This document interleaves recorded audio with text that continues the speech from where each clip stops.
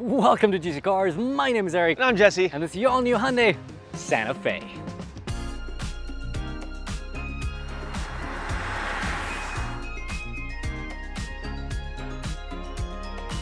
So the all-new Santa Fe, it looks a little bit different now. Just a little bit.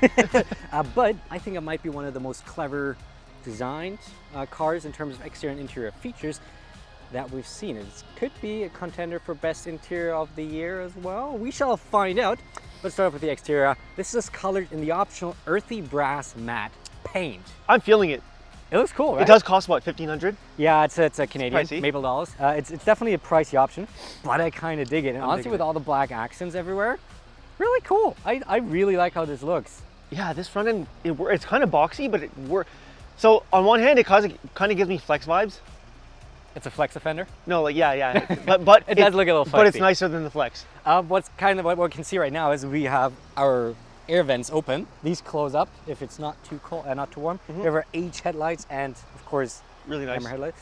I really, I like boxy SUVs. This is really among what I like, and what's really cool about this, ripped straight from Land Rover. Yeah, this is a Defender right here. Yeah, so this actually, if I just see this part, I'm like Defender. Yeah, 100%. But what the Defender doesn't have, I think you can option like a toolbox or something up here. We have a little slot for your fingers, because if you have a roof box, you can just access that easy. You don't have to like get a ladder or whatever. This is actually kind of well thought out. It's just Australians. I don't know if this car is for sale. Yeah, Huntsman Spider just. Yeah, just you might want to like tear gas it before or something. Yeah, from here back it kind of like falls apart for me a little bit. Yeah, it just kind of like, it's very like rounded. The brake lights are very low. It kind of slopes inwards. It kind of like has like a sad vibe to it. Like it is. It's like, you know, when you reprimand your dog and he kind of has the tail between his legs? That's kind of what it looks like to me. Or it's like stung by a bee. And it's like, yeah. It's a little, overall though, I think I'm a big fan. I just love how this, look at this big rear window. Yep. There's so much room for activities in here. Anyhow, interior? Yeah, let's go. Okay, inside the Santa Fe. And I said this might be one of the most practical interiors. Yeah, this is pretty damn good. There's a lot going on here and almost all of it's good. Yeah, let's talk about features. First of all, I know you don't love our shifter here. It's just because it's different. But it freezes up. I think is this the first time we had 2 wireless chargers? Yeah. Look at that. It's pretty awesome. 2, and of course, if you don't want to charge, or if you're fully charged, you know, this is a post-COVID design, which is very noticeable. Put it in this upper glove box, hit that UV button, and bam, your phone's getting cleaned. And goodbye germs. That's good, because our phones are filthy. Like, oh yeah. They really are, all of them. Yeah, like honestly, when I had this, whenever I didn't need a charge, I just put it up there, cleans it, and it's kind of out of mind, out of sight, which always, out of sight, out of mind. Out of sight, out of mind. Yeah, which is always pretty good. But beyond that, I mean, look at that. You got like, beyond clean, you could use this for storage, right? Yes. You got storage down here, then you got that storage there. I mean, big cup holders. You got storage under here. Happy Meal holder. Let's go. Speaking of storage, center console, pretty big, accessible from both sides. Yeah, like. And for the second row, and we're gonna get that in more detail a bit, but you can have more storage up and down there. It is so practical. I love it. Yeah, I do too. And also, finally, Hyundai has listened. Wireless Android Auto, wireless Apple CarPlay. It's here. Take notes, Volvo. And we've already talked about our, like mirror cameras that do like the indicators and all that. So we have like no blind spots. And we're always like, oh, if they'd only add a digital rear view mirror, we'd be there. Guys, we're there. 360-degree vision in this thing without looking to the sides. It's actually fantastic.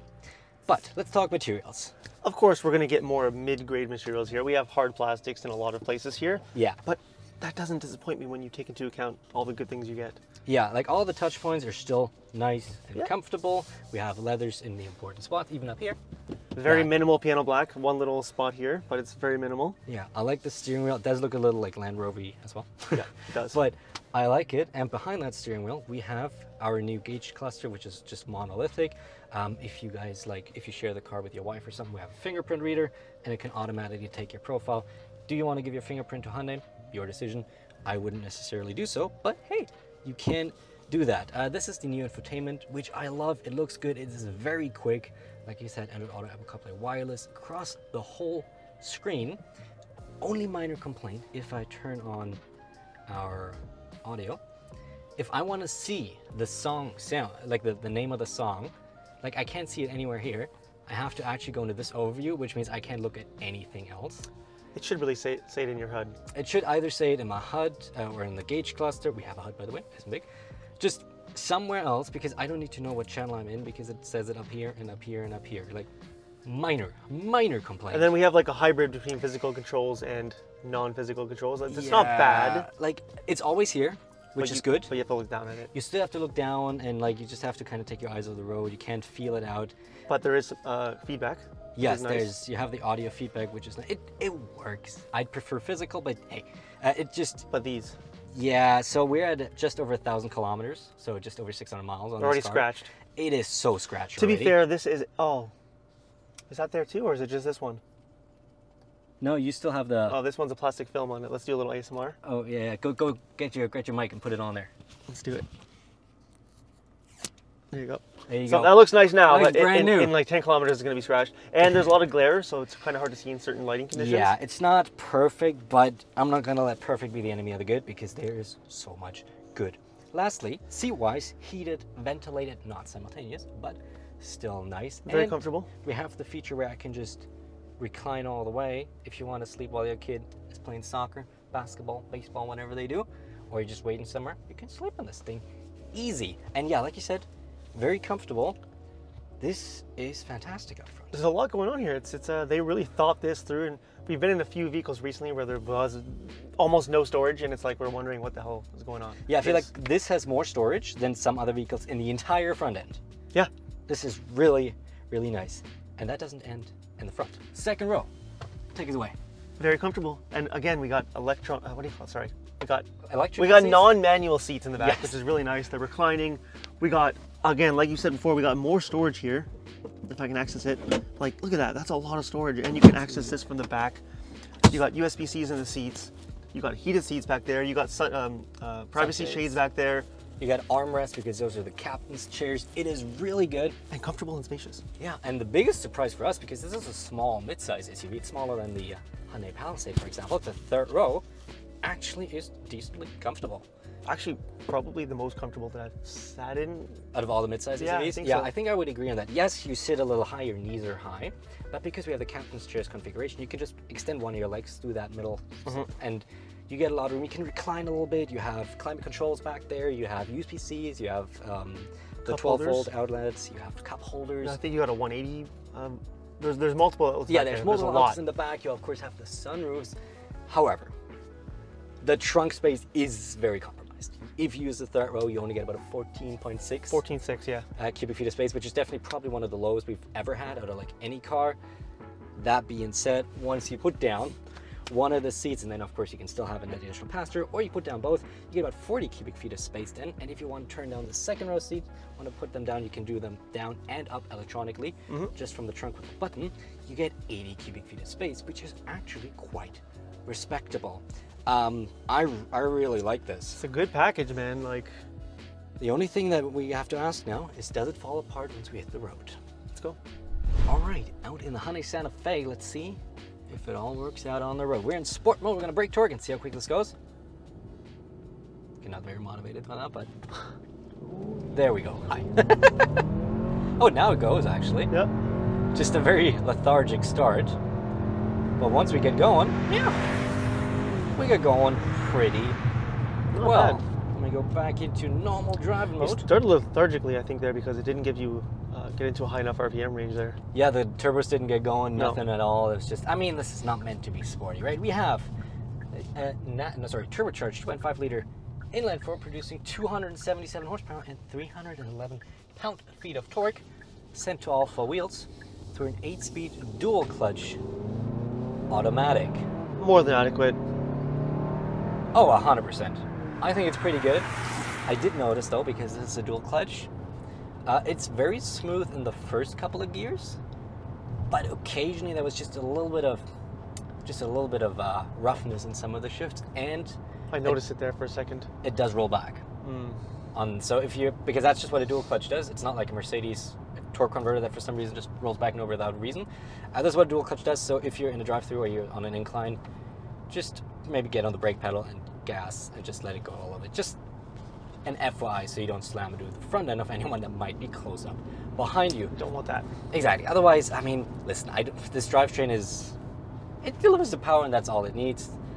Gas mileage is, I'm sitting with a lot of idling, 11.8 liters. You can probably get it down to like 9. Yeah, 9 to 10 now, I would say, which is okay. But should we find out how this handles? Handle test. The sport mode activated. Let's see what this does. Force and downshift. Understeers, but Shit, not bad. it's actually pretty good. And powers us out. Oh, you're not going to be late for soccer practice. Oh no, you're gonna get them there in time. It handles totally adequate. It's fairly easy to drive. The steering is a bit on the heavier side, I would say. But it's comfy. However, should we swap seats? Yeah, let's go. All right. Now with you behind the wheel. So, starting with suspension. Well, starting with brakes. Yeah. The first thing I noticed about the brakes is they're kind of soft. You have to push much harder than I would like to get the effect that you want. I don't mind it, but yeah, I definitely had to get used to that a little bit. It was like, okay, it's a little deeper. I preferred over boosted brakes though. Like that my a lot car? Of cars have. Yeah, like your car. A lot of new cars are just like, you just like slam on the brakes. Yeah. This one, you just got to make sure, like, okay, give yourself for the first 2 days, and you give yourself a little more room, so you can just take care of that. But you wanted to talk about suspension. It's pretty good. Yeah, I like how this rides. It's comfortable. Like even during the handling test, it kept itself pretty well composed. Bumps, small and large, do get absorbed pretty well. Yep. I think it's a very comfortable car, even in Toronto, which is very notorious for its potholes. And noise-wise, I would say it's about average to above average, Yep. right? It's definitely on the good side, which leaves us quickly with tech. This is a Hyundai, plenty of tech. All the cameras, which we already talked about. Exactly. But driver assistance? Yeah, so we have semi-autonomous driving in terms of that little lane keep assist, lane centering assist button. Not coupled to cruise control, so you may use it whenever you want, like right now, and the car will steer itself. Of course, it is not a hands-free system. We just do this to demonstrate. Yeah. We don't recommend doing this, but it's really cool. I like the system a lot. It is very good for the most part, and just, sometimes when you have to deal with kids or anything, you can just make sure that that works. And Very you have good. a way, if you have kids in the third row, you have a speaker system you can just press, and you can talk to your kids in the third row without having to yell throughout the whole car. Yep. Price, aspect, top trim, Santa Fe Ultimate Calligraphy, $57,726.70 Canadian. Maple dollars, yeah. What do we make of that? Not bad. I agree. It's not bad. It's on the better side. Like, it's still, yeah, I'm still not quite used to the sticker shock of post-COVID car prices, Yes. but sub 60K, It's one of the cheaper in this category. 100%, and that's for the top trim. You can always go a little lower, of course, and I think it does a lot of things really, really well. Of course, it's a smaller mid-size SUV, so trunk space is a little limited compared to a Palisade, but if you go to a higher spec Palisade, we're looking at 61, 62. For example, Telluride will be in the 65K range. A lot of the competitors like the Pilot as well.